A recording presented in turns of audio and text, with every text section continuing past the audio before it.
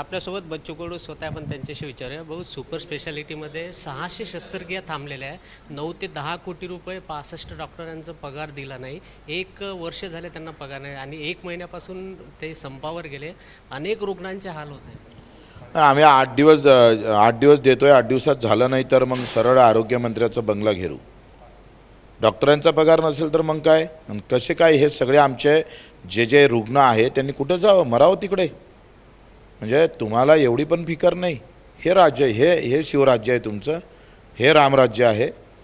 अरे सगळं सोडून काय असेल तर सगळं बाजूला ठेवून डॉक्टरांचे पगार केले पाहिजे. आज आरोग्य व्यवस्था जर अशा अडचणीत येत असेल तर परिणाम काय? कारण तुमचे पोरं येणार आहे, तुमचे नातेवाईक तिथं उपचार करत नाही सरकारी हॉस्पिटलमध्ये, तिथं गरीब करते, त्याच्यानं तुम्हाला त्याची कदर नाही. आरोग्यमंत्री ते प्रकाश आंबेडकरकडून अपेक्षा नाही करत अशा.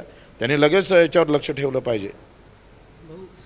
विदर्भातून रुग्ण येतात, मध्य प्रदेशमधून शस्त्रक्रिया करण्यासाठी.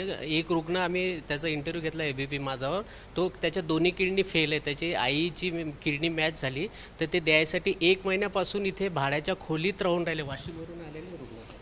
मला वाटतं मला हे माहीत नाही, आत्ताच माहीत झालं. मी स्वतः भेट देतो आणि 8 तारखेला मी मुंबईत आहेच.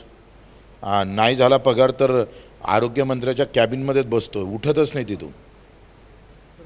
बच्चू कडू होते ते आक्रमक झालेले. जर येणाऱ्या 8 दिवसामध्ये जर या डॉक्टरांचा पगार केला नाही तर मी सरळ आरोग्यमंत्र्यांनाच घेराव घालणार, असा इशारा बच्चू कडूंनी दिलेला आहे. कॅमेरामॅन अमोल देशमुखचा प्रणय निर्माण, एबीपी माझा, अमरावती.